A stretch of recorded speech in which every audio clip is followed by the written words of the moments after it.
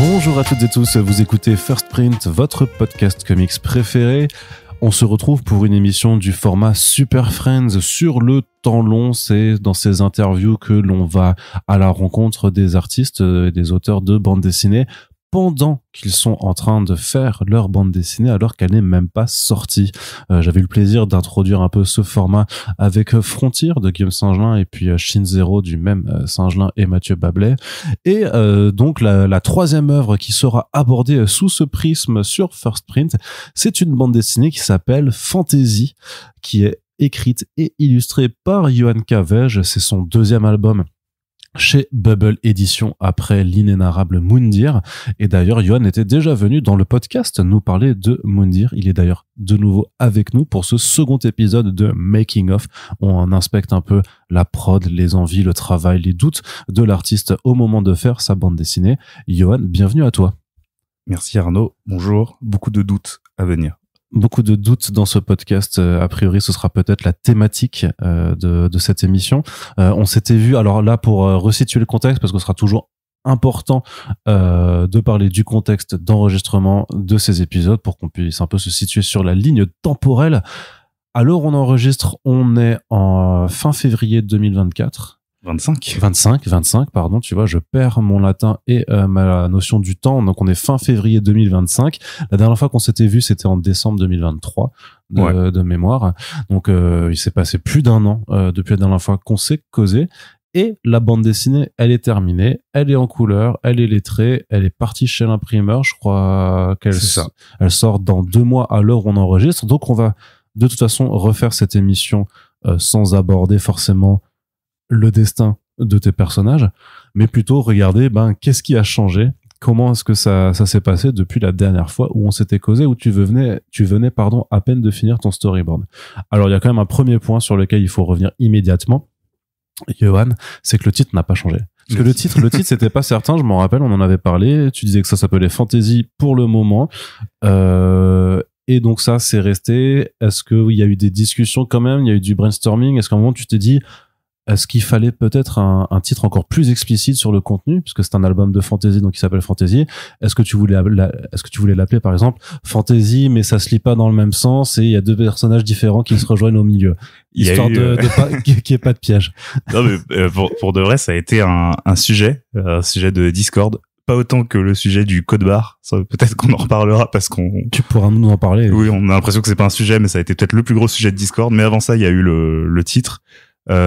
Qui du coup moi c'est vrai à ce moment-là était un titre de travail qui avait du sens à l'époque, qui en a toujours aujourd'hui, mais c'est vrai que puisque un album tout le long de la production évolue, parce que certes on dessine, mais en fait parfois le dessin va amener à une réflexion sur le board, qui va amener à une réflexion sur un dialogue, sur des thématiques, et puis on réécrit vraiment jusqu'à la dernière minute. Du coup il y a même certaines envies qui avaient poussé à ce titre initial, l'envie de prendre le mot au sens propre en fait, de fantasy en dehors du genre, de parler voilà de fantasme et d'une réalité qui serait celle des personnages au début, mais qui serait quelque chose justement voilà de fantasmé, d'illusoire et qui serait confronté au réel.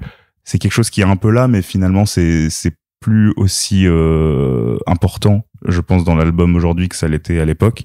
Il y avait tout un rapport à la religion aussi, donc entre lié fantasy et religion, qui était très présent dans les premières versions et qui est plus en sous-texte aujourd'hui, voire par bribes dans l'album. Et donc c'est vrai que la question du titre s'est posée. Après, moi je m'y étais attaché, il faisait quand même sens, et la guerre interne était plutôt entre les éditeurs, quoi, entre ceux qui étaient en mode on y va à fond, un certain Sullivan Rouault pour pas le nommer, qui était en mode on y va à fond fantasy, c'est osé mais on le tente. Et d'autres éditeurs qui voulaient un titre plus prudent, rien que pour aussi des questions très pratiques de référencement Google, enfin tu vois, des choses comme ça. Je pense que le titre avec lequel on a le plus hésité, c'était Destiné et ES, parce que la notion de destin comme concept est quelque chose qui est très prégnant dans la BD, et ça liait directement les 2 héroïnes. C'est un titre que j'ai attendu qu'on valide Fantasy avant de me dire Destiné finalement c'était peut-être pas mal, mais écoute, maintenant c'est fait et on l'aime beaucoup, et on l'aime beaucoup dans le logo aussi, parce que mine de rien on a pensé aussi le titre en termes d'esthétique, de logo. Fantasy, ça permettait une jolie symétrie et tout, donc voilà, on s'est arrêté dessus. C'est toi qui l'as designé, le logo? Non, on a bossé avec un studio de graphisme qui s'appelle Black Studio, qui ont aussi fait le lettrage, qui faisait beaucoup de manga, il me semble.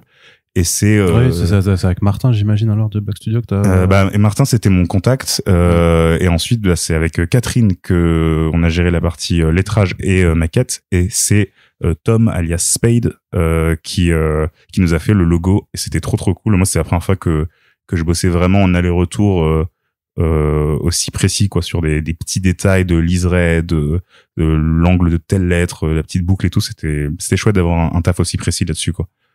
Surtout que c'était toi le commanditaire, c'est toi qui te demandais, et donc là t'avais quelque chose de très gratifiant d'avoir une exécution de tes ordres. Même si moi j'ai un vrai problème avec ça, mais c'est un des trucs parmi tous les trucs que j'ai appris sur le métier en faisant cet album-là. Moi j'avais encore ce côté un peu je connais pas, tu vois, genre un côté travail un peu séparé, quoi. Je connais pas trop cette partie-là, donc je m'impose pas, que ce soit par exemple sur le lettrage ou le graphisme. Moi c'est des trucs que je maîtrise pas trop. Et du coup, réussir à s'imposer. En plus, on a 3 éditeurs, plus du coup un graphiste, donc ça faisait 5 opinions un peu différentes. Moi, j'étais plutôt dans la team du graphisme, donc à la rigueur, ça allait, tu vois. Mais il y avait vraiment cet équilibre à trouver entre un truc qui était quand même esthétique, qui avait sa patte, mais qui était pas non plus trop graphique pour gêner la lecture. Fallait qu'on puisse lire le titre de loin, qu'il soit clair et propre, quoi. Alors maintenant, il faut qu'on remonte dans le temps et que tu me dises qu'est-ce qui s'est passé le lendemain de l'enregistrement de notre première émission. Donc, comment tu abordes alors justement le passage depuis le storyboard qui était complet à vraiment le dessin en full? Est-ce que c'est simplement repasser sur les cases et faire un dessin plus travaillé? Est-ce que tu modifies en cours de route ton découpage? Comment est-ce que ça se passe? Alors, je vais d'abord parler du dessin parce que en décembre, du coup, donc j'ai à peu près 1 an pour faire l'album. Ce qui est pas énorme non plus par rapport à la pagination d'ailleurs de Non, ouais, c'est assez court, surtout parce que je fais aussi la couleur. Et du coup, j'ai abordé ça un peu comme j'avais fait sur Moondir, c'est-à-dire que j'ancrais par-dessus mon storyboard, qui est numérique pour le coup.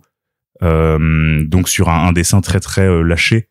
Il y a pas d'anatomie correcte, des choses comme ça, et en fait ça je le fais directement à l'ancrage. Et vu que là j'avais des persos humanoïdes, des perspectives un peu plus compliquées, des architectures humaines, donc tu vois, avec des trucs qu'il fallait tracer à la règle, des choses comme ça, des choses esthétiquement un peu moins libres que ce que j'avais sur Moondir. Très vite ça s'est montré assez difficile, assez lent. En plus de ça, j'avais tendance à vouloir avoir des planches très très propres aussi. Donc tu vois, pas passer par du crayonné ou du crayon bleu, des choses comme ça. Donc ça, j'ai dû faire une 30aine de pages comme ça avant de me dire que c'était pas viable. Et du coup, tu parles quoi en termes de temps que ça prenait, en termes d'énergie? Ouais, en termes de temps. Et en fait, je voyais déjà des planches assez tôt. Je me disais, zut, je vais devoir retaker tel truc à l'ordi derrière, parce qu'en fait, ancrer sur le board, ça, c'est un gain de temps. Mais il y a parfois une expression d'un personnage ou une pose que tu vas bien aimer dans le board parce qu'elle est dessinée très vite, donc il y a un côté brouillon, il y a un charme à ça. Mais en fait, une fois remis au modèle, une fois que tu veux que ton perso ressemble à ton perso sur chaque case, tu te rends compte que cette expression je l'aimais bien, mais le perso n'est pas au modèle justement dans le storyboard, quoi. Et ça, c'est un truc que j'avais moi un peu tendance à ignorer en me disant ce qui est important c'est l'expression un peu case par case et tout.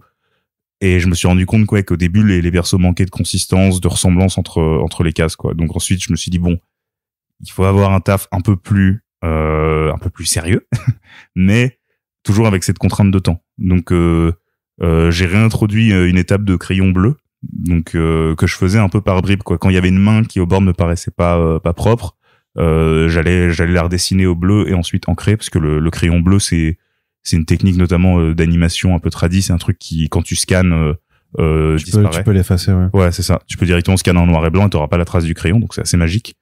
Et du coup, voilà, j'ai repris un genre d'hybride entre ancrer directement sur le board pour certains éléments, et revenir un peu préciser au crayonné par endroit, ce qui me donnait voilà un rythme de travail un peu plus fluide, parce que dès qu'il y avait une planche qui elle était un peu cool au board et que j'avais pas grand chose à faire, pas besoin de bleu, et du coup ouais j'étais arrivé à un bon rythme de dessin, je pense. Je crois en moyenne je devais être à une double page par jour, mais dès que j'avais signé, dès qu'on avait fait un peu l'emploi du temps, on voyait que ce rythme-là il était permis s'il y avait 0 retard, s'il y avait même un peu de week-end, pas de vacances, des choses comme ça. Donc dès qu'il y avait un imprévu dans la vie ou quoi, tu te dis juste tu rajoutes une page par jour, et en fait très vite tu passes à faire 3 pages par jour, voire 4 quoi. Donc mais juste je t'arrête juste parce qu'il y a quand même un truc que tu me disais, c'est qu'au départ tu disais que tu ancrais sur le board et que tu faisais ça en numérique. C'est ce que tu me dis. Non, oui, je précise, en fait le board je le fais à l'ordi.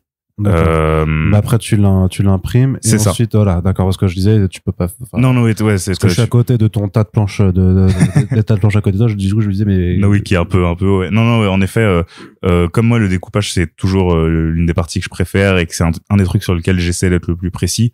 Je me suis rendu compte que le faire sur papier c'était pas le plus simple, rien que même pour écrire les dialogues après, parce que moi c'est à l'étape du board que j'écris les dialogues. Donc ça devenait assez crade en fait dès que je commençais à le faire sur papier et tout. Alors qu'au board je peux le changer à tout moment et tout. Mais par contre ouais, ensuite en gros au lieu d'avoir une feuille sur laquelle je fais un crayonné et ensuite je mets une feuille cartonnée par-dessus pour faire mon ancrage, j'imprime une feuille fine avec le board dessus, et après planche cartonnée par-dessus, et là je passe à l'ancrage.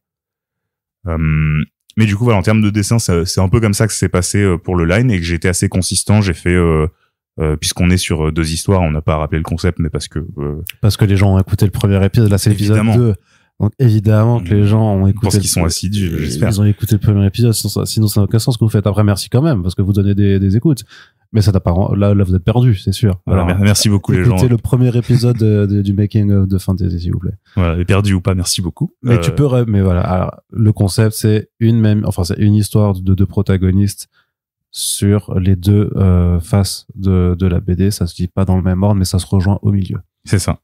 Mais du coup, ouais, j'avais aussi cette approche du dessin de me dire vaut mieux en fait faire les 2 blocs l'un après l'autre, parce que même si c'est des questions qu'on s'était posées à la base de à quel point on fait la différence graphique entre les 2 histoires, moi je voulais au final qu'elle soit assez peu là, sauf peut-être dans certaines subtilités.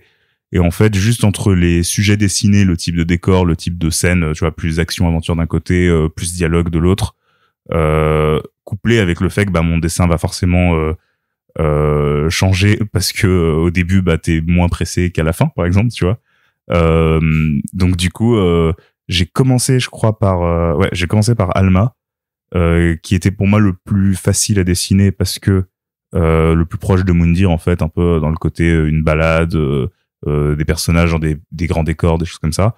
Parce que t'avais peut-être un problème de perspective, enfin t'avais une absence de problème de perspective que tu as avec Yourcenar peut-être. Ouais, et aussi parce que Yourcenar, j'avais quand même ce truc dans l'idée que j'ai essayé de digérer, pour pas forcément que ça se voit à part quelques clins d'œil, mais j'avais dans l'idée une inspiration de shoujo un peu rétro, on en avait parlé, style La Rose de Versailles, Lady Oscar, et qui sont mine de rien des styles où il y a très peu de décors en fait. Quand tu regardes, il y a beaucoup d'effets graphiques, mais en fait il y a quand même beaucoup de blanc. C'est beaucoup justement l'agencement des cases, le rapport de taille entre les personnages qui vont créer les compos. Et du coup je me disais là-dessus j'aurais peut-être un peu de temps à gagner, tu vois, avec moins de décors, ce qui je pense était assez judicieux.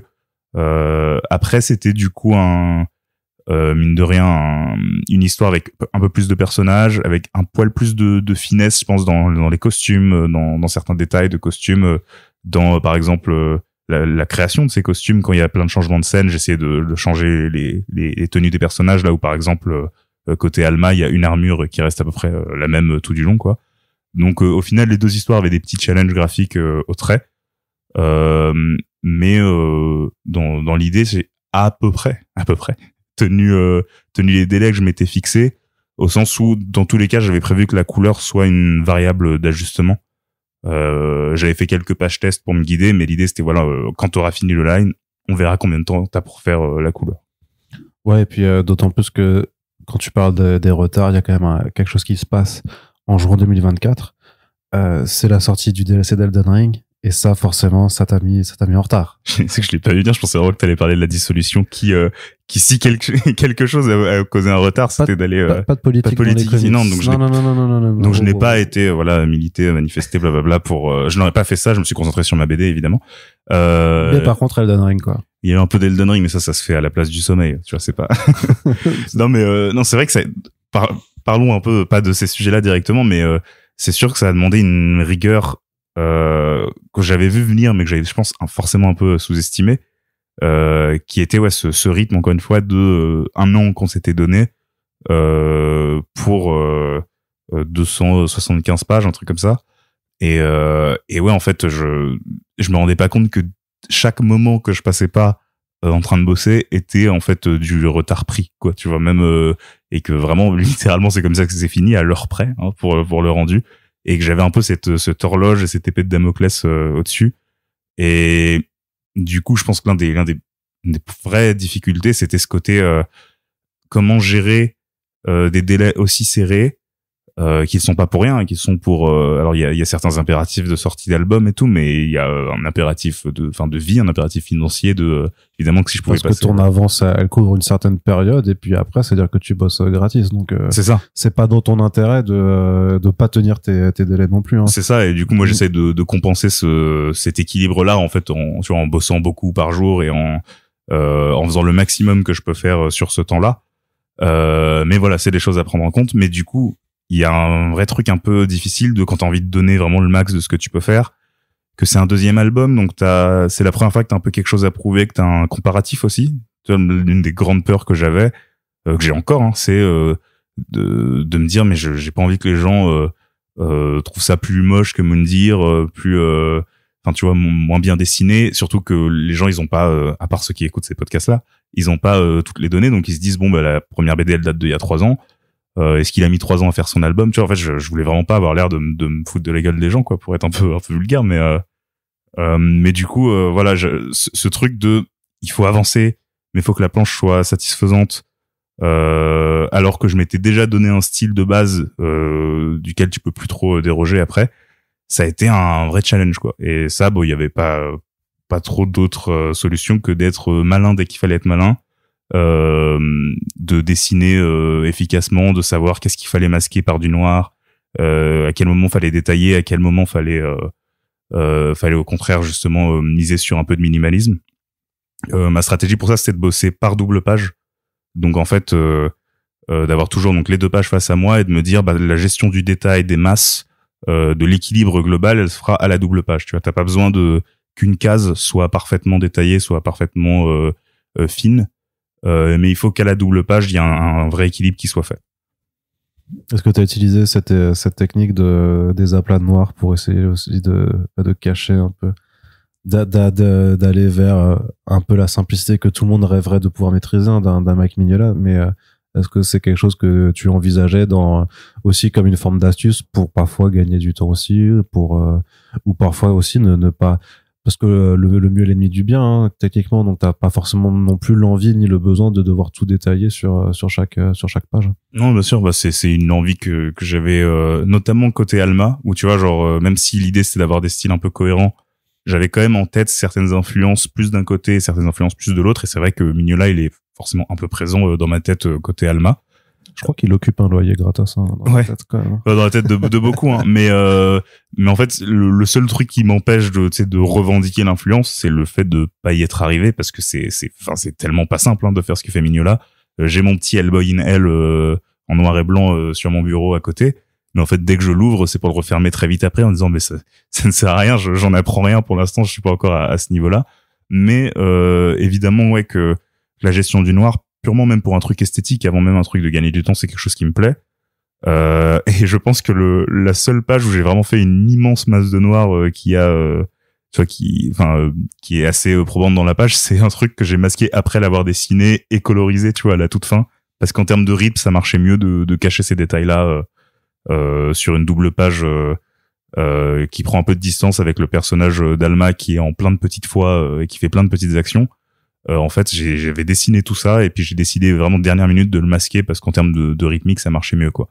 Donc, forcément, l'idée était d'être efficace, mais le plus possible quand même de pas être flemmard, quoi. C'était ça paraît un peu évident dit comme ça. Je pense que les gens qui nous écoutent sont bah super. Ouais, non, mais bah après les gens n'entendent pas beaucoup en fait d'interviews d'auteurs qui parlent de leur travail au moment du travail en question. Enfin, je crois pas. Mais c'est surtout que c'est des problématiques sur lesquelles tu te questionnes pas forcément. Parce que pour toi tu dois juste dessiner et bah que ce soit joli et que ce soit lisible parce que bah t'as à la fois la qualité du dessin en tant que tel mais aussi la qualité de ton storytelling, de voir que ton découpage permet de bien raconter l'histoire. Mais l'autre problématique à laquelle les gens pensent pas forcément, c'est ces histoires de du temps que ça te prend et de la façon dont tu dois aussi gérer cette contrainte parce que moi je suis romantique et oui la BD c'est de l'art et tout ça, ça reste aussi une forme enfin c'est un travail quoi, c'est aussi ton travail et donc tu peux pas juste te dire je vais dessiner et puis je vais me prendre le temps d'improviser et puis tiens, et si j'essayais de faire des aplats et si j'essayais de faire du minimalisme, non oui, dans un monde où à la limite t'aurais eu une avance de 100 000 euros pour faire cette BD sur 10 ans, pourquoi pas. Et encore, je suis pas sûr que ce soit quelque chose qui te conviendrait parce que ça voudrait dire 10 ans sans sortir de BD, les gens t'auront oublié, donc t'as aussi cette épée de Damoclès là qui est aussi de dire peut-être que je peux prendre un peu de retard, mais en même temps, plus je mets de temps avant de sortir mon album, plus c'est compliqué parce que toi, à l'inverse, par exemple de Blacky ou de Mathieu avec qui j'ai fait ces interviews, c'est que toi, t'as encore ton nom à forger. T'as un beau succès avec Moundir, t'as des gens qui te connaissent déjà, mais maintenant, comme tu dis, c'est aussi un peu la confirmation quelque part. Et surtout, le fait, ce qui est important pour toi, c'est qu'on ne t'ait pas oublié non plus. Là, c'est des choses dont on m'avait parlé aussi, donc ouais, évidemment ça se rajoutait de me dire voilà 3 ans pour un album. En fait, il y a une cette équation un peu bizarre de les gens vont t'oublier, mais en plus ceux qui seront encore là vont d'autant plus t'attendre entre guillemets. Donc c'est pour ça que ça se rajoutait à la pression que je me mettais moi-même, tu vois, de juste vouloir faire quelque chose de bien. Et je pense aussi quelque chose qui a joué là-dedans. Que j'avais pas forcément vu venir en signant l'album, même si rien que l'avance que Bubble m'a faite, tu vois, ils ont essayé de me faciliter la vie, même par rapport à Moundir et tout, de me donner les meilleures conditions de travail possibles. Mais Bubble, ça reste un tout petit éditeur qui essaye de se donner les ambitions d'un plus gros. Mais c'était que pour eux, Fantasy, c'est une grosse sortie. Donc c'est un plus gros investissement, que ce soit pour payer l'auteur, pour promouvoir l'album derrière. Alors que moi, qui suis pas quelqu'un je me fais souvent un peu tacler parce que genre on peut me dire que je descends mon travail et tout. Moi j'ai pas cette impression là, j'essaye d'être réaliste sur mon taf, mais du coup Moundir, j'étais très content que ça ait plu, j'envoyais les qualités et les défauts, mais Fantasy pour moi c'était un peu juste dans la même veine de t'as fait une première BD qui était bien, essaye d'en faire une autre un peu différente qui est bien aussi, tu vois. J'avais pas plus d'ambition que ça à la base. Parce que c'est déjà pas facile de sortir un album qui est bien, qui se lit bien, qui est intéressant. Mais en plus de ça, j'avais aussi le truc de ça va être un truc plus gros, quoi. Enfin, que entre guillemets, que tu le veuilles ou non, si tu veux pouvoir la faire dans ces conditions, une BD aussi longue, on doit te payer plus, et donc il faut que derrière la BD fonctionne plus aussi, donc amène à certaines c'est un changement d'ambition, quoi. Même je pense graphiquement ça a joué aussi, tu vois. Je sais que mes toutes premières recherches avaient un trait un peu plus lâché, un peu plus je dirais pas bizarre, mais un poil plus expérimental et tout. C'est pas que je l'ai abandonné. Je veux dire, tu t'es mainstreamisé alors. Pour de vrai, c'est des trucs qui sont, je pense, de base, il y a un truc un peu les recherches, c'est toujours un peu plus foufou parce que t'as pas les contraintes d'un scénar écrit avec les différentes scènes à représenter et tout, donc tu fais des petites scènes un peu, des scénettes pour le fun et t'adaptes le style à ces scénettes, tu vois. Mais il y a toujours une petite folie des recherches qui se perd pour gagner d'autres choses, hein. Je trouve typiquement le côté un peu mignola épuré, je l'avais pas dans ces recherches là, et c'est quelque chose que j'aime bien, donc je suis content d'avoir retendu vers ça. Mais j'avais aussi ces trucs là de me dire est-ce que c'est la bonne BD pour aller dans une direction complètement zarbi, ou est-ce que je pense même ça un peu parlé dans le premier, mais est-ce que c'est peut-être aussi l'idée de confirmer un peu même graphiquement des trucs que t'as appris avec Moundir et de garder ces outils-là, de creuser un peu ce style-là, tu vois, ce que j'ai décidé de faire, et je pense que c'était pour le mieux, tu vois. Peut-être que sur un troisième album qui a un ton radicalement différent, je pourrais m'amuser un peu pour changer. Mais là, voilà, j'avais encore une fois cette notion de confirmation et puis cette notion de faire bien, voire de faire un peu mieux, quoi. Tu disais avant que tu avais commencé par la partie Alma, parce que ça te semblait plus simple. Est-ce que maintenant, tu penses que c'était le meilleur choix à faire? Est-ce que ça aurait pas été peut-être pour toi mieux de commencer par ce qui était le plus difficile pour qu'après ça coule complètement de façon beaucoup plus douce pour ce que tu sembles être le plus simple à faire? Ouais, bah en fait, je pense c'est pas tant que c'était plus simple. J'ai peut-être dit ça un peu vite, c'est que c'était plus parce que dans ma tête, Your Sonar, ça allait être simple parce qu'encore une fois, pas de décor, juste du motif sur des costumes, des choses comme ça. C'est juste que Alma, je me disais, c'est plus naturellement ce que j'ai déjà fait, donc il y avait presque un truc de réflexe musculaire qui allait venir. Mais je pense que les deux avaient une difficulté entre guillemets équivalente. Je sais pas si je l'aurais changé. Je l'aurais peut-être plus changé au niveau de la couleur, parce que la couleur c'est l'inverse que j'ai fait pour le coup, tu vois. La couleur, j'ai commencé par Your Sonar parce que une fois que les dessins étaient posés, je m'étais rendu compte que Your Sonar, justement, il y avait plus de petites finesses, tu vois, des trucs tout bêtes, hein, des petits reflets à faire sur des tenues, le fait qu'il y avait pas mal de changements d'ambiance, de changements de tenue, donc des gammes à changer plus fréquemment. Là où Alma, j'avais un peu comme Moundir, il y a une tenue fixe et du coup, pour moi, c'est plus simple de me dire, j'ai ce rouge un peu de son armure comme élément clé, et après j'essaie de faire des trucs un peu jolis autour dans le décor, tu vois. Pour le coup, Your Sonar, vraiment chaque fois que je changeais de scène, j'étais en mode, mais qu'est-ce que je fais, tu vois, genre par où je commence, pour que ce soit quand même cohérent, pas partir dans tous les sens niveau couleur et tout. Sachant que pareil dans les gammes, quand je dis que Alma est un peu plus proche de ce que j'avais fait avant, mon Moundir était assez pop, mais il pouvait y avoir un côté, voilà, des couleurs très tranchées, très jeux vidéo, on me disait parfois, tu vois. Et Your Sonar, je voulais quelque chose d'un poil plus féerique, tu vois, jouer sur des roses, des violets, des choses que je maîtrisais un peu moins, des choses que j'ai appris aussi, peut-être on en reparlera sur la fin, qui sont des couleurs plus compliquées à imprimer aussi, donc on en reparlera. Voilà, il y a des trucs que j'apprends du métier en le faisant. Mais voilà, je sais pas s'il y avait une meilleure manière de faire. Juste j'ai fait comme je pouvais. Et est-ce que pendant un an, en fait, entre le moment justement où tu dessines les premières planches, enfin où tu les ancres vraiment, et le moment où tu rends ta dernière planche, est-ce que tu reviens sur celle qui était faite un an auparavant et tu te dis merde, mon style a quand même un peu évolué, il faut que je remodifie des trucs, il faut que je fasse des repasses. Est-ce que ça c'est quelque chose qui t'est arrivé? Alors j'avais eu la même peur sur Moundir. Je pense que c'est un truc classique qu'on se dit en BD, que les styles évoluent. Moi souvent je pars du principe que ça va un peu se stabiliser, parce qu'au début t'es moins expérimenté mais t'as le temps, et à la fin t'es plus expérimenté mais pressé. Et autant forcément peut-être ça change un peu stylistiquement, mais je vous dis qu'en termes de niveau de dessin, doit y avoir une forme d'équilibre qui se crée. Après ça veut pas dire qu'il n'y a pas eu de retake, au contraire il y en a eu beaucoup. La date de sortie de l'album était pas initialement celle-ci, oui, c'était un peu plus tôt. C'est vrai que pour situer le contexte, hein, moi je bosse avec du coup tes éditeurs, même si on fait pas le même boulot, donc même si j'ai pas du tout suivi beaucoup forcément le projet au jour le jour, mais j'avais écho de telle date de sortie et qui était décalé, et je me suis dit sachant que ça fera des choses à discuter en podcast avec Ivan, du coup.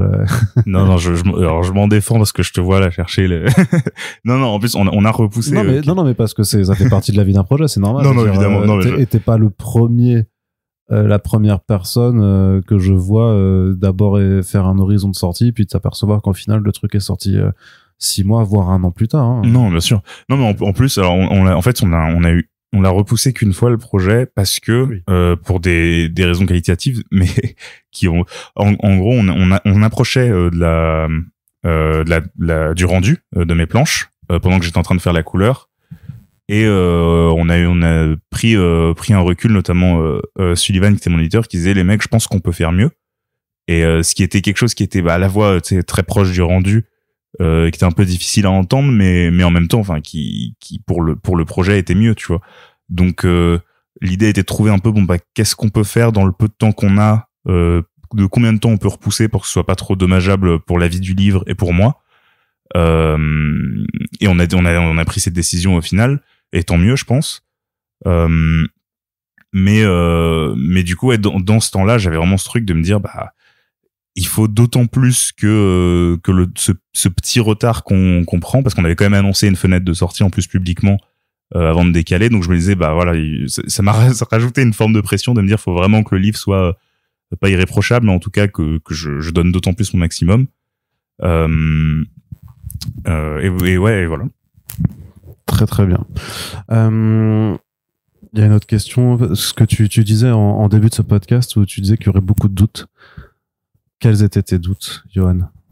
Qu'est-ce qui t'a fait douter pendant la création de cette bande dessinée?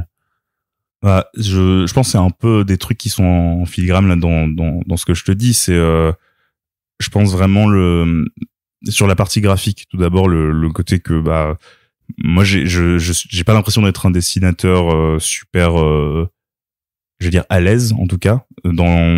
C'est peut-être dans les conditions dans lesquelles je fais mes BD qui sont toujours j'ai commencé par faire des BD relativement épaisses en termes de pagination, en essayant de pas travailler gratuitement et tout, donc de les faire dans un certain rythme, ce qui fait que le fait de pas prendre de temps sur le dessin fait que c'est compliqué d'être complètement parfois satisfait, tu vois, du rendu. Et donc bah ce doute là, c'était voilà, ce premier truc de j'espère que graphiquement ça va plaire aux gens. Ça me plaît à moi, tu vois. Tu faisais pas relire à des gens? Non. À part tes éditeurs, je veux dire. Ouais.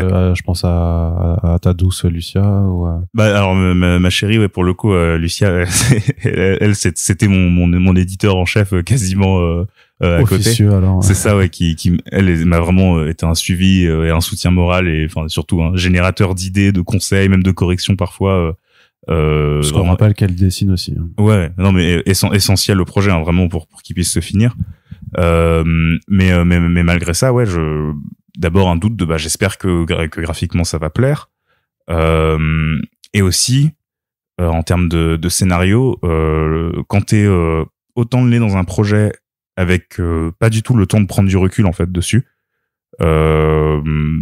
Tu vois, tu réécris des dialogues par bribes, parfois par détail, mais le fait de pas prendre, tu vois, une semaine off complètement sur le projet pour se vider la tête, ça fait que bah parfois tu sais, tu relis le truc mais tu le connais par cœur.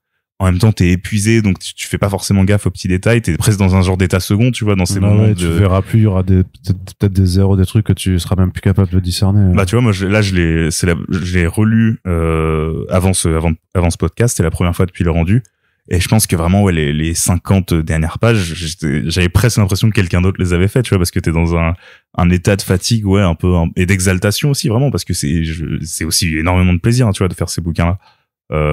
Mais ouais, qui est assez particulier. Et donc, du coup, voilà, j'avais ce truc en fait, je ne suis même plus à même, je pense, de savoir si le projet fonctionne en termes de réponse émotionnelle, de rythme.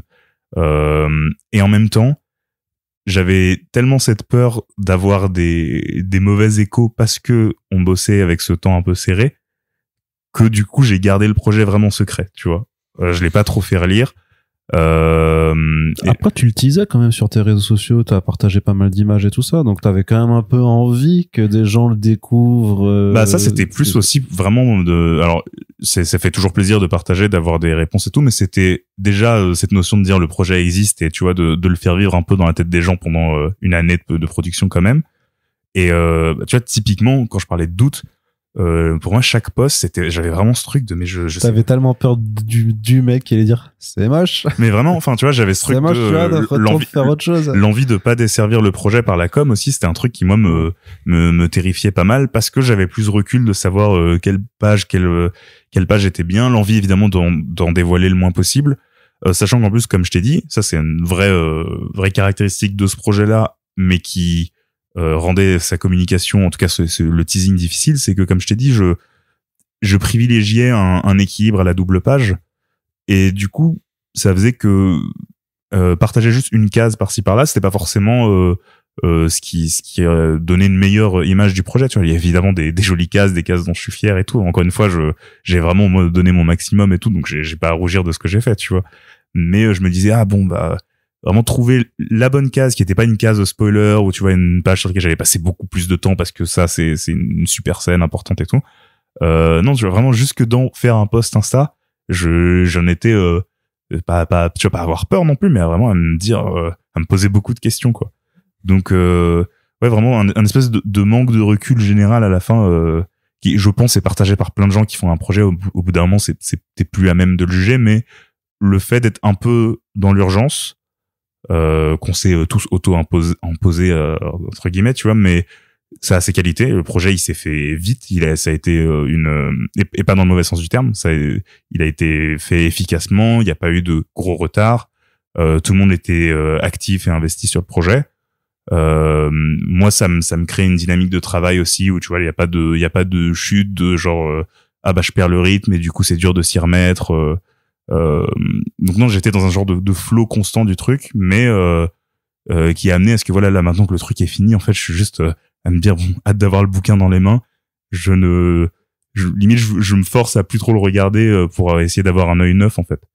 Et accessoirement, je suis aussi peut-être ça, on en parlera peut-être plus si on fait un 3e épisode ou quoi, mais par rapport à Moon Hero, j'étais très conscient de ses qualités et de ses défauts. Et où j'étais de base très content d'avoir fini le projet, peu importe comment c'était reçu, tu vois. Et d'ailleurs, ça a été bien reçu, et les défauts, les qualités dont on me parlait, j'en étais à peu près, encore une fois, conscient et assez d'accord. Là, qu'il soit positif ou négatif, je suis hyper curieux et impatient des retours, parce que je suis vraiment au stade de dites-moi si ça fonctionne ou pas. Moi, je ne sais plus, tu vois. Ouais, et puis quelque chose qui sera vachement plus appréciable aussi une fois le bouquin imprimé, parce que même quand tu le lis en numérique, comme moi je te l'avais dit il y a plus d'1 an maintenant, que je trouvais que ça marchait, mais je pense que forcément t'as aussi même en revoyant du coup certaines planches qui étaient que storyboardées, puis en voyant la version finie, t'as certains passages où tu fais ah ouais, et là et il y en a une ou l'autre qui te colle un petit frisson, et donc tu sais que ça fonctionne déjà mieux comme ça. Et quand ce sera en plus dans le bouquin, avec présenté comme il est, avec en plus l'intensité de la narration qui va au fur. Tu vois, il y a l'expérience de lecture. La lecture, c'est pas juste regarder des images comme ça. Tu vois, c'est la façon dont. Mais ça, par contre, tu ne pourras l'avoir effectivement qu'une fois l'album fini complet entre tes mains. Donc bien sûr, encore un peu de patience. Oui, et puis il faut savoir, on s'est pas concerté avec Arnaud avant, donc moi tout ce que je sais c'est qu'il a lu l'album avant le podcast. C'est ça, mais je t'ai même pas envoyé de SMS pour dire vas-y, c'était pas non, il m'a rien dit. Je sais pas si ça se trouve t'es contraint là, attends, putain, faut que je fasse un épisode 2. J'ai pas envie, c'est nul. Lâche-moi avec tes BD moches là. Tu me diras après, les gens ont le suspense aussi. Non, mais on en reparlera de toute façon dans l'autre épisode où on pourra aborder tout ce qui est vraiment tes personnages, les thématiques et tout ça. Et justement, moi je voudrais pouvoir le lire une 3e fois, mais fini et en papier, pour vraiment pouvoir fixer mon ressenti. Mais s'il était mauvais, je t'aurais dit j'ai pas le temps, frérot, désolé. T'aurais été plus piquant que ça, je pense. Voilà. Non, non, parce que même sur des trucs que j'aime pas, moi j'essaie de toute façon toujours de dégager ce qui m'intéresse quand même, enfin la façon dont... parce qu'au final c'est qu'un ressenti, et le ressenti que moi je peux avoir en tant que lecteur, là je te parle même pas en tant que journaliste, mais même aussi en tant que lecteur, c'est simplement le mien, il m'appartient, et puis il y a quelqu'un d'autre à qui ce sera pas pareil. Exemple typique, tu vois, sur It's Lonely de Zoé, moi ce bouquin il est incroyable, et il y a plein de gens qui passent à côté, tu vois. Ça veut pas dire que le bouquin il est pas bien en tant que tel non plus. Donc moi, Fantasy, tout ce que j'en ai lu pour l'instant, je trouve que ça marche. Peut-être que pour d'autres ça va marcher encore plus, oui, mais pour d'autres moins, ça c'est normal, mais ça enlève rien de la discussion qu'on est en train d'avoir, qui est là de la création dans les délais impartis, tes choix aussi à faire, ce genre de choses là, quoi. Mais justement, tu parlais beaucoup de doutes, d'avoir un peu de pression, mais t'as aussi utilisé le mot plaisir. Et c'est un peu là-dessus que je veux aussi qu'on revienne aussi, c'est à quel moment tu le ressens, ce plaisir. C'est quand tu finis genre une double et qu'elle est incroyable, et que tu sais en la regardant que l'effet que tu recherchais, que tu t'imagines en tête, il est vraiment là. Est-ce que c'est parce qu'à un moment tu te fais un petit découpage de zinzin, tu fais je suis trop, tu peux te le dire, tu fais je suis trop génial en vrai. Johan, voilà, t'es trop fort. J'ai un moment comme ça. En plus, un petit moment de découpage que je dirais pas. En même temps, c'est parce que c'est ce que tu dis aussi, c'est que ça reste aussi un plaisir pour toi. Bien sûr. Ouais. Mais pareil, je répète forcément des petits trucs. Il y a quand même des trucs qui sont vrais entre le premier épisode et le second, mais par exemple les doubles pages, pour moi là, elles avaient plutôt une optique de rythme, et donc même si j'essaye de faire des jolies illustrations entre guillemets quand je fais une double page, c'est pas forcément là-dessus que j'allais m'éclater le plus. Mais je pense que là, comme c'était quand même un truc centré sur vraiment ces deux personnages, sur Alma et Yor, les moments vraiment qui me plaisaient, c'était le moment où j'avais la petite expression vraiment correcte, tu vois, le petit détail qui me plaisait de visage, et même parfois le plaisir d'y revenir après, tu vois, pour le coup de l'Héritage qui était pour le mieux là-dessus, d'encore peaufiner un petit truc pour que peut-être que si tu lis la BD d'un œil un peu distrait, ou en tout cas tu t'en rends pas forcément compte, mais moi je suis en mode ouais, ce truc là est placé exactement au millimètre près de ce que je voulais, tu vois, mais c'est que pour moi. J'ai beaucoup ça moi souvent, mais les trucs qui me plaisent le plus sont des petits trucs qui je pense ne se remarquent pas, tu vois, le placement d'un petit élément de décor à tel endroit qui ferme un peu la compo, mais dont je suis super content. Quelques petites idées de découpage, mais comme j'ai dit, le découpage est un peu plus un poil plus sage que dans un Moondir, et sauf dans certaines scènes clés ou encore une fois dans ce que je t'ai dit là, mais dans des petits trucs un peu cachés que juste moi pour moi c'est signifiant, mais on verra si quelqu'un le remarque ou pas. Et un des moments où, mine de rien, parce qu'on n'a pas tant parlé de ça, mais c'est la mise en couleur. C'était ma question. Ouais, bah comme ça je peux embrayer là-dessus, c'est que j'avais très peu de temps pour la mise en couleur, mais ça a quand même été, malgré la pression, un truc qui m'a fait beaucoup de plaisir, parce que malgré certaines réserves que je pouvais avoir avec mon trait, je pense d'abord la BD vraiment en noir et blanc, sans aucune idée vraiment d'à quoi ça va ressembler en couleur, à part une ou deux scènes où je sais que ça va être dans tel ou tel ton. Mais du coup, j'avais très peur de perdre ce que j'avais gagné en noir et blanc. Notamment, j'ai commencé par Yourcenar, et Yourcenar, au tout début, j'ai remarqué que beaucoup de trucs qui marchaient en fond blanc, par exemple, puisque j'ai dit l'inspiration était de shoujo qui sont en noir et blanc, et un fond blanc et un fond coloré, ça a pas du tout le même effet, tu vois. Le blanc a ce côté un peu éthéré où ça a pas de matérialité, donc ça peut créer une profondeur même en ne dessinant rien, là où dès que tu vas coller un fond coloré, ça va quand même te donner une idée de matière, une idée de ton, ça peut fermer vachement une image, tu vois. Et du coup, au tout début du Yourcenar, je me rendais compte que je me disais putain, ça alourdit un peu, donc il y a eu un vrai travail d'adaptation un peu pour garder cet esprit un peu voilà, genre féerique, un peu romance, tu vois, avec des effets graphiques, des particules, des trucs qui brillent un peu dans tous les sens, sans singer les effets de ces shoujo là qui sont quand même très codifiés, parce que ça va être des motifs de fleurs, des trucs comme ça qui avaient pas leur place ici. Mais une fois que ce truc là était un peu réglé, je pense que la partie dont je suis le plus fier à la sortie, c'est les gammes de couleurs trouvées à chaque fois pour les différentes scènes. Et je pense sur Yourcenar et encore plus sur Alma, où vraiment je me suis beaucoup amusé, parce que j'avais peur aussi de perdre ce côté un peu dark fantasy, parce que c'était une intention initiale, ça c'est plus devenu de la fantasy, je pense, plus classique, mais je voulais garder quand même c'est relativement dark, hein, quand même. Ouais, bien sûr, non, mais par moment, tu vois, mais je voulais me dire bon bah je veux pas que ce soit que du gris, du noir et tout, je veux de la couleur, mais je veux garder des tons assez sombres par moment, des trucs un peu désaturés, voilà, cette gestion là d'avoir un truc un peu descendu, mais avec quand même des tons un peu marqués de couleur, des ambiances très marquées, ça j'aime bien, tu vois, comme mine de rien, les deux histoires sont constituées de pas mal d'ellipses, de changer d'ambiance à chaque fois, de pas m'imposer une gamme de couleurs un peu générale sur l'album, ou un colorboard, un truc comme ça, un color script, je sais plus comment on dit. Vraiment ce côté un peu impro, mais du coup de surprise constamment renouvelée, c'est bon, j'ai trouvé l'ambiance pour cette scène, ça va être charmé et tout. Ça c'était un vrai plaisir. Du coup il y a forcément cette petite tension de comment ça va sortir à l'impression, parce que pour me permettre ce plaisir là aussi, moi je bosse vraiment pour le numérique, et je fais confiance aux mains experts derrière pour le retranscrire au mieux. C'était nickel sur Moondir, et je pense que sur Fantasy il y aura pas de gros soucis, mais je suis curieux de voir comment ça va rendre. Parce que tu disais qu'il y avait des couleurs qui étaient moins simples en fait pour l'impression. Ouais, en fait ça j'ai appris ça après, c'est qu'on m'a dit par exemple que quand tu que le rouge vert bleu le rouge vert bleu de l'ordi n'est pas pareil au cyan magenta jaune noir de l'impression, et que typiquement dès que t'allais sur des roses, des violets par exemple, Oui, ça peut jouer. Que en fait, dans certaines gammes, vraiment l'impression, comme on fait du livre en tout cas, parce qu'il y a plusieurs types d'impressions aussi, mais va pas trop comprendre ce que c'est que ces couleurs-là, donc va peut-être avoir tendance à les redescendre. Et je pense que notamment côté Yourcenar, il y a toute une gamme de couleurs qui va pas mal changer. Alors on a fait des tests, on a essayé d'ajuster autant qu'on pouvait dans le temps qu'on avait, mais du coup quelque chose qui sera un peu plus saturé et de nuit va peut-être être un peu descendu. Donc c'est des choses que j'avais pris en compte aussi, tu vois, à l'avance en faisant ces couleurs-là, en me laissant une espèce de marge en me disant tu vois ça peut légèrement bouger et tout. Donc c'est pour ça que je jouais sur des contrastes assez forts aussi, pour pas qu'il y ait tu vois des couleurs qui descendent et puis qui se confondent. Mais ouais, c'est des choses à prendre en compte, tu vois. Je voulais aussi un trait légèrement coloré, très discret, mais du coup c'est un truc à prendre en compte aussi pour pas que si le trait descend un peu à l'impression et qu'une couleur de remplissage elle ne descend pas du tout, que les deux se confondent un peu. Donc voilà, il y a ces petits trucs là. Je suis très très curieux de voir le livre, mais en tout cas je me suis pas mal éclaté sur la couleur dans le temps que j'avais.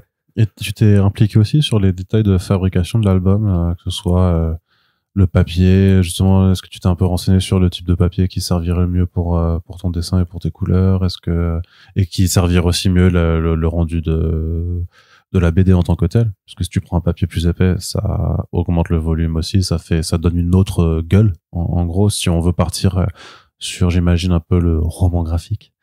Ouais, je pense que tu vois, on n'a pas la prétention, en fait, on n'a pas le savoir-faire de pouvoir faire des livres aussi beaux que ce que font 404 ou le label, mais c'est évidemment, tu vois, des gens que j'écoute ici en interview, dont j'achète les livres, que je regarde un peu. Donc, moi, le truc qui m'importait et la logique que j'avais retenue de ce que disait Sullivan aussi sur les comics, c'est on sait que faire de la BD en couleur, c'est cher.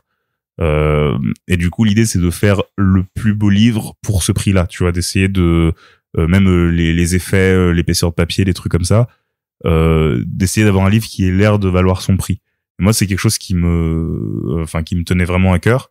Et là comme on avait un livre à forte pagination, je me disais faut qu'on ait un papier vraiment genre bien épais, tu vois, faut que l'objet soit lourd, qu'il soit grand, que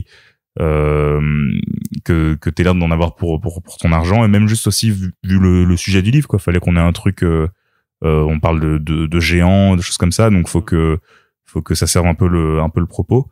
Donc ouais, j'étais quand même assez regardant, notamment sur le papier, où je pense assez tard, quasiment à la dernière minute, on a changé avant la commande de papier, parce que entre-temps j'avais commencé la couleur, et que je voyais que j'avais des tons justement qui allait mieux marcher sur un papier un peu glacé, un papier couché, si je dis pas de bêtises.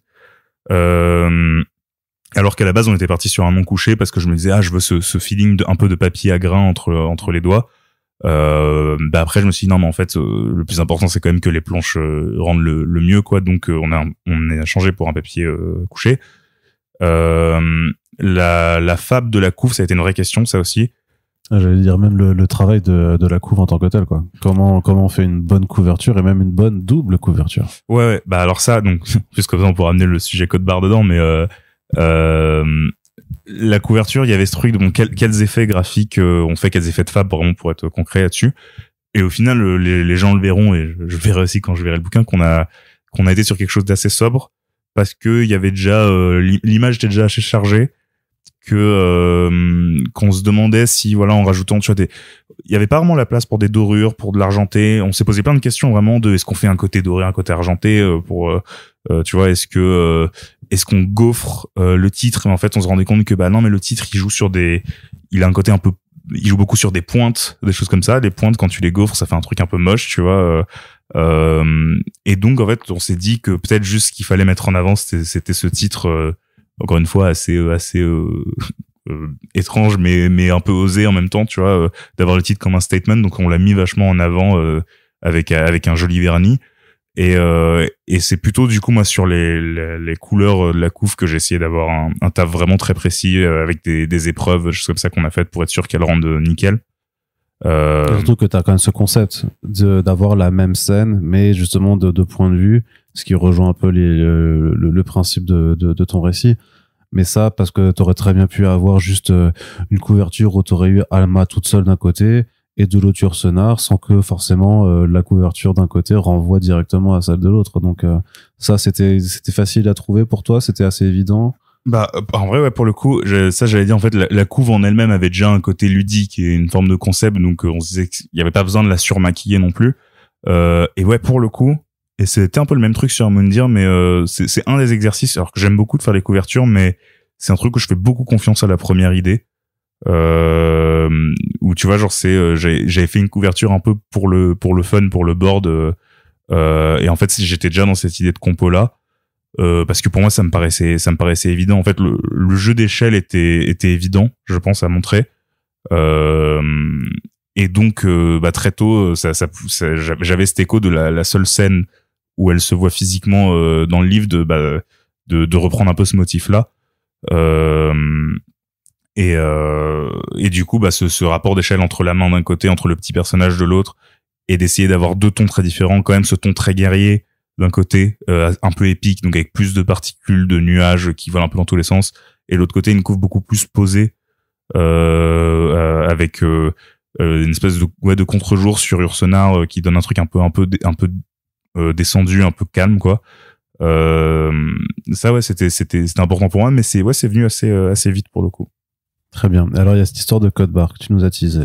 Ouais, mais je vais pas passer longtemps dessus parce que je pense que c'est pas passionnant pour les gens, mais je sais que nous ça a été ça a été un vrai sujet, parce que moi c'est comme, tu sais, ces histoires de petits détails que toi tu remarques sur des planches et que tu penses que personne n'y fait attention. Peut-être qu'en fait cette histoire de code barre c'est le truc qui va plus intéresser les gens. Bah en tout cas, dites-vous que ça a été un vrai enjeu, mais jusqu'à je pense la dernière minute, parce qu'on a un problème, hein, pour que les gens nous comprennent. On a deux couvertures en fait, donc sur ce qui serait habituellement la C1, donc la couverture, et la C4 et la quatrième de couverture. Généralement, le code barre, il est sur la quatrième de couve, où t'as aussi le résumé et tout ça. Sauf que là, avec ton concept d'album, bah, en fait, t'as deux fois une C1, quoi. T'as deux fois couverture. Alors, la question, c'est, où est-ce que tu mets ce foutu code barre? Parce que, bah, tu vas pas le foutre sur l'illustration de l'un ou de l'autre, parce que ça gâcherait la compo, surtout qu'on aurait pu, tu vois, enfin, au pire du pire, c'était pas impossible, parce que ça n'empêche pas les gens de comprendre le concept, mais j'avais vraiment cet idéal de me dire, je veux que les deux histoires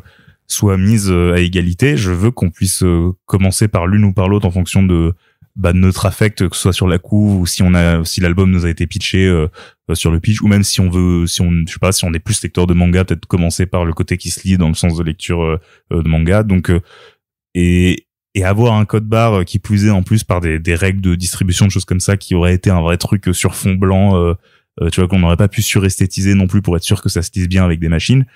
Bah ouais, ça aurait été un peu moche, quoi. Donc on est vraiment un peu, tu vois, on l'a posé un peu partout pour voir est-ce qu'on le fout sur le dos de l'album, mais le dos, le dos, c'est ce que vous voyez quand vous le rangez en bibliothèque. Je me disais, est-ce qu'on le met là-dessus et puis que je sais pas, on le prolonge un peu pour faire un effet graphique. Mais on me disait, mais non, mais le dos, justement, c'est ce que les gens vont voir. 95% de la vie de ton livre, elle se fera de dos, quoi. Donc t'as pas envie que les gens aient le code barre dessus. Est-ce qu'on le met à l'intérieur? Mais oui, mais ça rajoute, tu vois, il faudra, je sais pas, une main d'œuvre pour ouvrir le livre et le scanner dans les entrepôts. Les libraires, ils vont le chercher. Enfin, tu vois, des vrais trucs comme ça.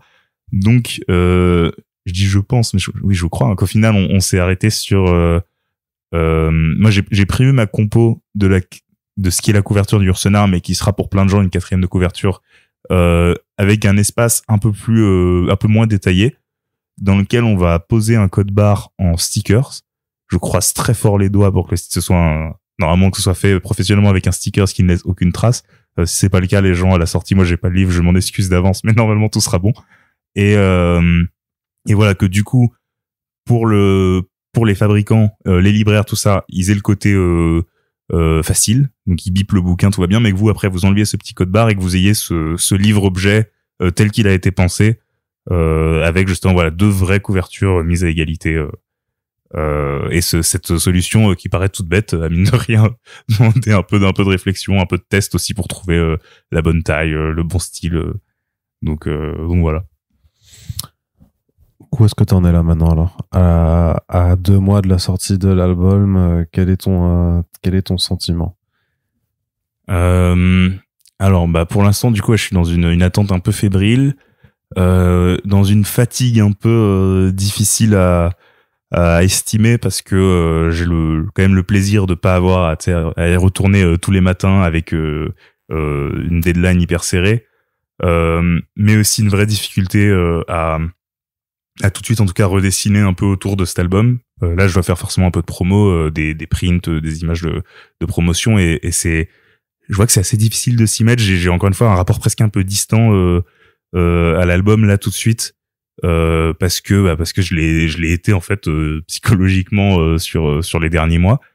Après je suis quand même assez déjà très en attendant la sortie, assez excité par les semaines qui viennent, parce que on est en train de bosser sur un trailer que j'espère assez chouette. On n'a pas des gros moyens et tout, mais en tout cas je voulais un trailer en animation assez joli, donc on va faire le max dans le temps qu'on a pour faire un joli petit teaser au moins. Et après ouais, on est aussi en train de préparer des tournées de dédicaces, des choses comme ça, donc il y a des trucs en fait très concrets qui sont en train de se faire autour de cette espèce de cet objet, voilà, que j'ai pas trop revu, et ouais, du coup dans l'attente d'avoir le livre, de pouvoir le juger pour ce qu'il est, et avec grand espoir que ça coule pas mon éditeur derrière. On va essayer quand même. Bah, on te le souhaite en tout cas, mais Yohan, on en reparlera justement d'ici une paire de mois. Alors c'est vrai que pour ceux qui nous écoutent en direct, la suite sera mise en ligne très très rapidement après, mais nous on va devoir attendre simplement que l'album sorte, puis ça nous permettra aussi de parler du coup vraiment de ton histoire, de tes personnages, de tes thématiques, mais aussi d'aborder effectivement un petit peu la partie promotionnelle qui a précédé et qui accompagne la sortie de l'album, parce que c'est aussi quelque chose sur lequel il y a du travail aussi et de l'implication. Mais on attendra que trailer et tout ça se soit terminé pour qu'on puisse aussi un petit peu revenir sur ces éléments qui font partie de la vie d'un ouvrage. En tout cas, c'était un plaisir de t'avoir une nouvelle fois avec nous, très cher Yohan. Ne manquez pas de découvrir Fantasy en librairie à l'heure où ce podcast est mis en ligne chez Bubble Édition. Et puis je te dis à très bientôt pour le prochain épisode. À bientôt Arnaud.